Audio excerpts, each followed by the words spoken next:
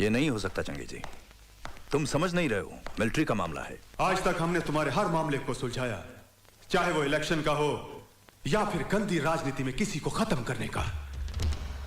याद है इस राज्य में आतंकवाद को फैलाया किसने, उसे पैदा किसने किया? बस तुम अब शॉर्ट में समझो, हमको ज्यादा समझाने का आदत नहीं है। उन चारों को किसी भी कीमत पर छुड़ाना होगा। और हां, उन चारों में एक मेरा छोटा भाई शकूर भी है, जो हमारे जिगर का टुकड़ा है। और अल्लाह कसम, हम अपने छोटे भाई के नाम का फातिहा नहीं पढ़ सकते। मगर चंगी, अगर मगर कुछ नहीं, किसी भी कीमत पर उन चारों को छुड़वाना तुम्हारे जिम्मे है। आज तक तुम्हारे हर खेल में हम जोकर बनकर खेलते आए हैं, मगर आज के इस खेल में जोकर। बस चंगे जी, आगे एक लफ्ज भी मत कहना। और एक बात ध्यान से सुनो, राजा साहब जब भी कोई खेल खेलता है तो हुक्म का इक्का अपने पास रखता है, और इस खेल में भी हुक्म का इक्का हमारे पास ही रहेगा। उठा लो इसे।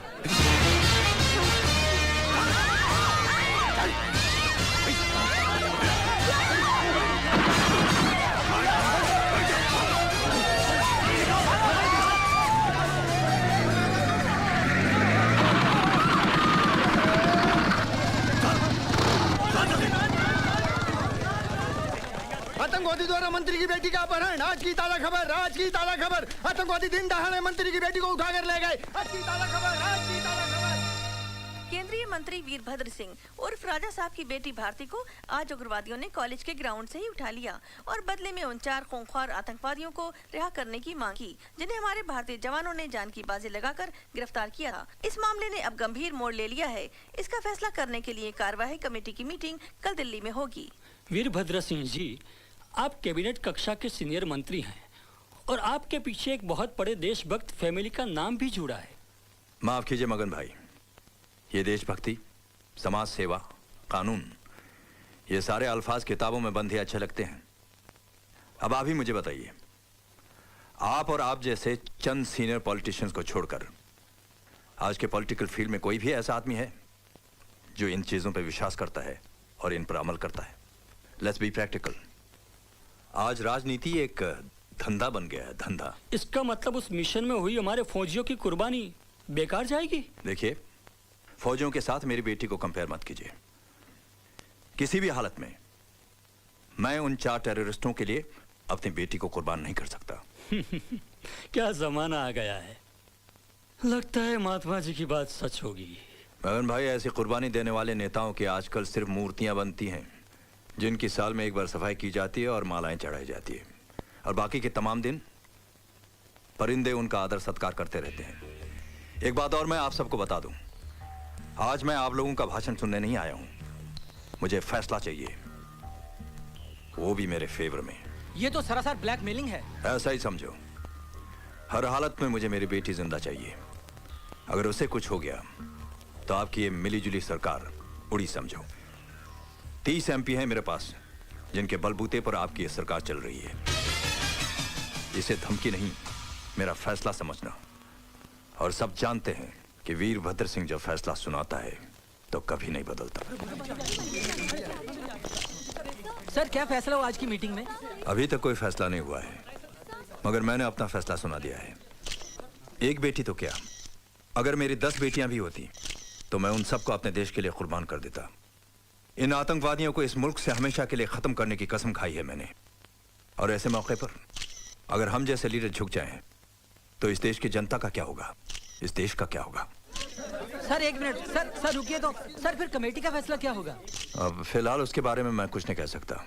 हाईकमान का जो भी फैसला होगा वही हमें मंजूर होगा। केंद्रीय मंत्री राजा साहब की बेटी के किडनैपिंग केस में आज अचानक नया मोड़ आया, जिससे राजनीतिक गतिविधियां और तेज हो गयी। कार्यवाही कमेटी की मीटिंग में पर्दे के पीछे कौन सा राजनीतिक खेल खेला गया कि राजा साहब के न होने के बावजूद भी हाई कमांड ने ये फैसला किया कि उन 4 खूंखार आतंकवादियों को राजा साहब की बेटी भारती के रिहाई के बदले में छोड़ दिया जाएगा। इस मामले में हमारे दिल्ली के संवाददाता की एक रिपोर्ट। मनोज, क्या तुम बता सकते हो कि चारदीवारी के पीछे खेले गए इस खेल का असली हीरो कौन हो सकता है? राजनीति में कुछ भी हो सकता है, मगर यहाँ दिल्ली में ऐसी अटकलें लगाई जा रही है कि गवर्नमेंट गिराने की धमकी देकर राजा साहब कोई खतरनाक खेल खेल रहे हैं। मगर इन सारी बातों पर अब तो पर्दा पड़ा ही रहेगा, क्योंकि आज रात को ही उन 4 आतंकवादियों को छोड़ दिया जाएगा और भारतीय अपने घर वापस लौटेगी। और उसकी इस वापसी का राज हमेशा राज ही रहेगा। मनोज बाजपेयी, नई दिल्ली, आज तक।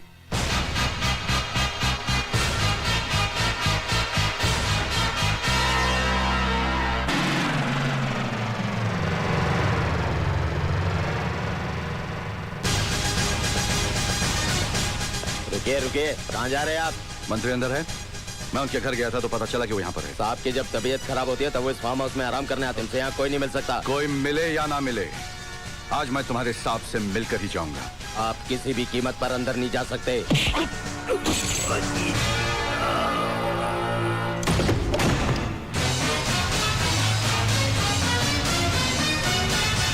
पता नहीं तुम जैसे गद्दार और देशद्रोही नेता का असली रूप हमारे देश की अंधी जनता कब देखेगी। कल तक तो टीवी इंटरव्यू में बड़े बड़े भाषण दे रहे थे कि मेरी एक बेटी तो क्या, अगर मेरे 10 संतान भी होते तो मैं उसे देश के लिए कुर्बान कर देता। और एक ही दिन में सब कुछ बदल दिया।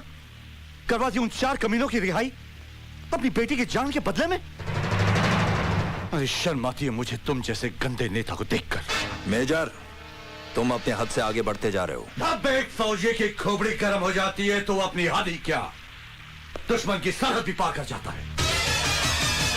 जानते हो उन कमीनों ने कितने हिंदुस्तानियों का खात्मा किया, कितनी औरतों का सुहाग उजाड़ा, कितने मासूम बच्चों को यतीम किया। उन्हें पकड़ने के लिए हमारे कितने जाबाज जवान शहीद हुए। और तुमने एक लड़की, तुम्हारी बेटी की खातिर उन 4 आतंकवादियों को छुड़वा दिया। राजा साहब, सरकारी कुर्सी बाप की मोहब्बत निभाने के लिए नहीं, देश की रक्षा के लिए दी जाती है। सच कह रहे हैं आप, बिल्कुल सच। भारती, तुम? हाँ मैं। आज मैं भी अपने बाप का असली रूप देखने यहाँ चली आई हूँ और पता चला कि बीमारी के बहाने आप यहाँ कौन सा आराम फरमा रहे हैं। भारती, तुम भी इन वर्दी वालों की बातों में आ गई। आप इस देश की जनता की आंखों में धूल झोंक कर उन पर राज कर सकते हैं पापा, मगर अब अपनी बेटी की आंखों में धूल झोंक कर उसके दिल पर बाप बनकर राज नहीं कर सकते। मुझे शर्म आती है आपको बाप कहते हुए भी। जिसके बाप ने आजादी की जंग में अंग्रेजों की गोलियां अपने सीने पर खाकर इस देश को आजादी दिलवाई थी, और आज उसी का बेटा आतंकवादियों से गले मिलकर अपने ही देश को लूट रहा है। भारती, बंद करो ये बकवास। ये बकवास नहीं, हकीकत है। आज मुझे ये भी मालूम हो गया है कि उन 4 को छुड़वाने के लिए आप ही ने मेरे अपहरण का नाटक रचा था, और फिर बाद में आप ही ने सरकार को गिराने की धमकी देकर सरकार को दबाव में लाकर उन 4 को छुड़वा दिया। देश का प्रधानमंत्री बनने की लालच ने आपको इतना गिरा दिया है कि आपने अपनी खुद की बेटी का भी इस गंदी राजनीति में इस्तेमाल किया। बस करो बेटी। मत कहिए मुझे बेटी। आज से मैंने वो सारे रिश्ते तोड़ दिए हैं जो हमारे बीच थे। अब मैं आपको सारी दुनिया के सामने बेनकाब कर दूंगी और देशवासियों से चिल्ला चिल्ला के कहूंगी कि देखिए इस आदमी की असलियत। जिसे तुम प्रधानमंत्री बनाना चाहते हो वो आदमी कितना कमीना है। अरे जो अपनी बेटी को बेच सकता है वो एक दिन कुर्सी के लिए अपनी माँ को, अपने वतन को भी बेच देगा। बदतमीज!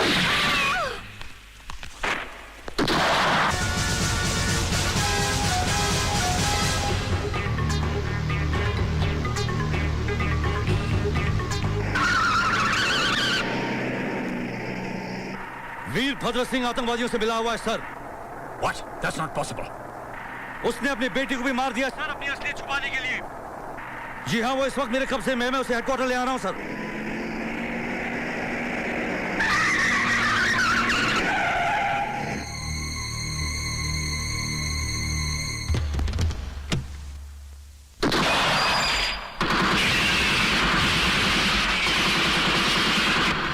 Major Rathod. Major Rathod. Major Rathod, come in over.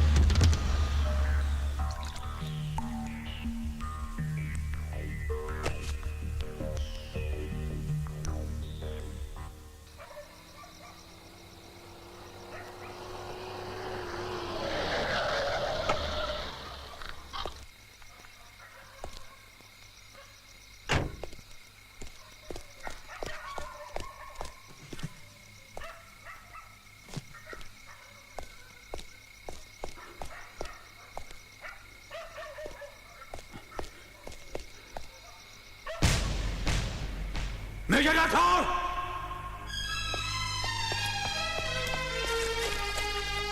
Major Rathore!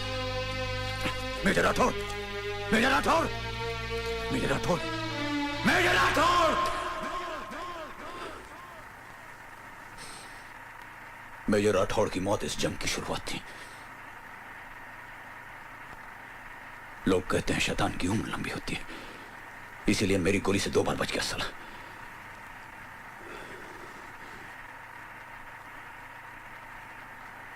हालात फिर कुछ यूं बदले कि मैं अपना मिशन पूरा नहीं कर सका। एक सच्चा सरदार मर सकता है लेकिन अपने बाल नहीं काटेगा। उस दिन वाहिगुरु के सामने अपनी आंखों में आंसू भरे, मैंने अपने हाथों से अपना रूप बदल डाला और मजबूरन वो सब कुछ किया जो मेरे धर्म और तबीयत के खिलाफ था। कहानी यहां खत्म नहीं होती। इस दुनिया में मैं एक अकेला इंसान हूं, एक अकेला बदनसीब इंसान जिसने जीते जी अपनी बीवी को विधवा के रूप में देखा हो। सच्चाई ये है सच्चाई।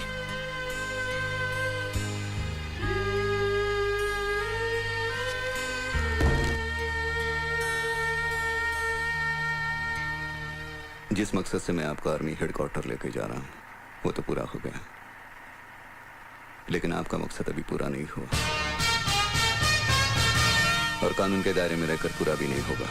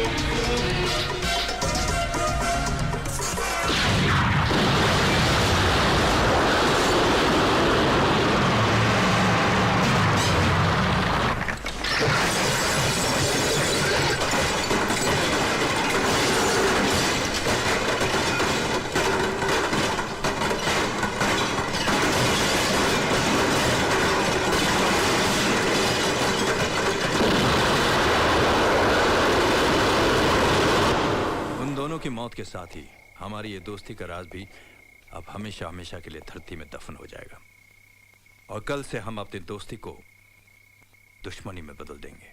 वो अपनी दुश्मनी? हाँ, मगर सिर्फ दुनिया की नजर में। वो कैसे? मैं कुछ समझा नहीं। ओए, आने वाली नवरात्रि में तुम्हारा यह ऐलान होगा कि वैष्णो देवी के मंदिर में तुम पूजा नहीं होने दोगे। उस ऐलान के सामने हमारा यह चैलेंज होगा कि किसी भी कीमत पर हम माता के मंदिर में जाकर पूजा करके ही रहेंगे। चंगेजी, अगर हमारा यह मकसद कामयाब रहा तो समझ लो मैं नेशनल हीरो बन जाऊंगा। उसके बाद लाल किले पर तिरंगा लहराने से मुझे कोई नहीं रोक सकता। इंशाअल्लाह, इंशाअल्लाह। कुख्यात आतंकवादी गफूर चंगेजी ने वैष्णो देवी मंदिर में कल से होने वाली नवरात्रि की पूजा को न होने देने का ऐलान किया और उसके इस ऐलान पर मंत्री वीरभद्र सिंह ने उसे ये कहकर ललकारा है कि वो किसी भी कीमत पर वहां जाकर पूजा करेंगे। इस मामले में हमारे संवाददाता के पूछने पर वीरभद्र सिंह और गफूर चंगेजी की अलग अलग बातचीत। इस बार का ऐलान मंदिर की सीढ़ियों पे खून की नदियां बहा देगा और किसी में इतना दम नहीं है कि इस चंगेजी के ऐलान को ललकार सके। अरे कह दिया, इस साल नवरात्रि की पूजा नहीं होने देगा तो नहीं होने देगा। चल। सर, चंगेजी के ऐलान के बारे में आप कुछ कहना चाहेंगे? हाँ, लोग बोलते रहते हैं। वो कहावत आपने सुनी होगी, कुत्ते भौंकते रहते हैं और कारवां निकल जाता है। ये हिंदुस्तान है। हिंदुस्तान में ऐसा कभी नहीं हो सकता कि किसी के कहने पर किसी मंदिर में पूजा रोकी जाए। मैं वादा करता हूं, उस मंदिर में सबसे पहले मैं ही खुद जाकर पूजा करूंगा, चाहे अंजाम कुछ भी हो जाए। अब चंगेजी और हम दोनों एक्टर बनने लायक हो गए हैं। ये आप लोग क्या कह रहे हैं? Yes sir, this is a fact. ये उनका प्लान है। अगर उनका ये प्लान कामयाब हो गया, ऐसा हो गया तो आतंकवाद फैलेगा। वो लोग हिंदुस्तान के टुकड़े कर देंगे sir. You may proceed. Thank you sir. Colonel Sodhi, sir, army की नजरों में अब तुम वही देशभक्त और वफादार सिपाही हो। Thank you sir. मिशन की शुरुआत से पहले मैं तुम्हें एक सरप्राइज देना चाहता हूं।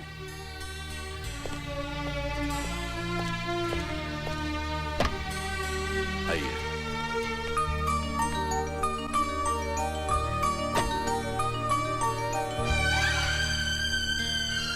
अब अमृता भी तुम्हारी सच्चाई और वफादारी के बारे में जान गई है। मैंने इसको सब कुछ बता दिया है।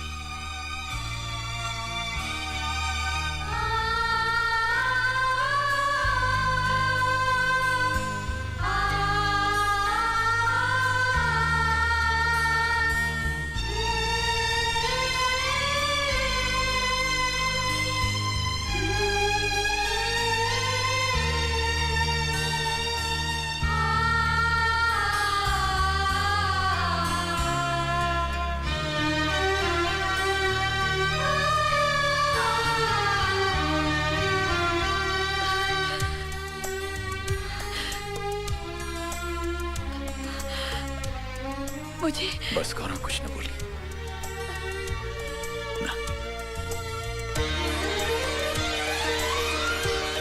पापा। पिंकी, अच्छा।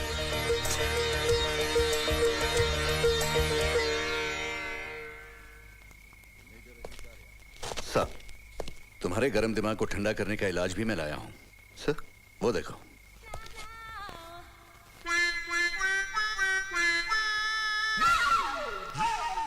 सर, एक नंबर की हफ्ताखोर है, करप्ट है। इसका और मेरा कभी कुछ घबरा मत मेजर। सर, आज से किरण ने भी सच्चाई और वफादारी की राह पर चलने की कसम खा ली है। हाँ जी, ब्रिगेडियर साहब ठीक कह रहे हैं। आज मैं भी इस वर्दी की असली कीमत को समझ गई हूँ। आज से तुम्हारी जिंदगी के हर मिशन में मैं तुम्हारे साथ रहूंगी।